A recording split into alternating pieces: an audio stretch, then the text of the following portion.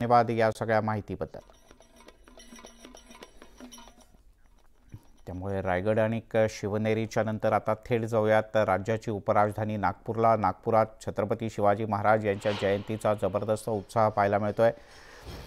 गेल्या अनेक वर्षांची परंपरा आहे। नागपुरात भव्य अशी मिरवणूक निघत असते आणि तशीच ही भव्य मिरवणूक आज सकाळी नागपुरात सुरू झाली आहे आणि नागपूरमधली तरुणाई हजारोंच्या संख्येने या शिवजन्मोत्सवाच्या मिरवणुकीत सहभागी झाल्याचं आपल्याला पाहायला मिळत आहे। छत्रपती शिवाजी महाराज यांचा 393वा शिवजन्मोत्सव सोहळा नागपुरात मोठ्या दिमाखात साजरा होतोय। पालखी सोहळा, महाराजांना अभिषेक, शिवस्वरूप वादन, आरती, शिवस्तुती, ललकारी, रक्तदान शिबिर अशा अनेकविध कार्यक्रमांचं नागपूर शहर शिवजयंती उत्सव समितीच्या वतीने आयोजन करण्यात आलंय। महाल परिसरात हा मुख्य कार्यक्रम असतो आणि ही महाल परिसरातलीच दृश्य आपण पाहतो आहोत।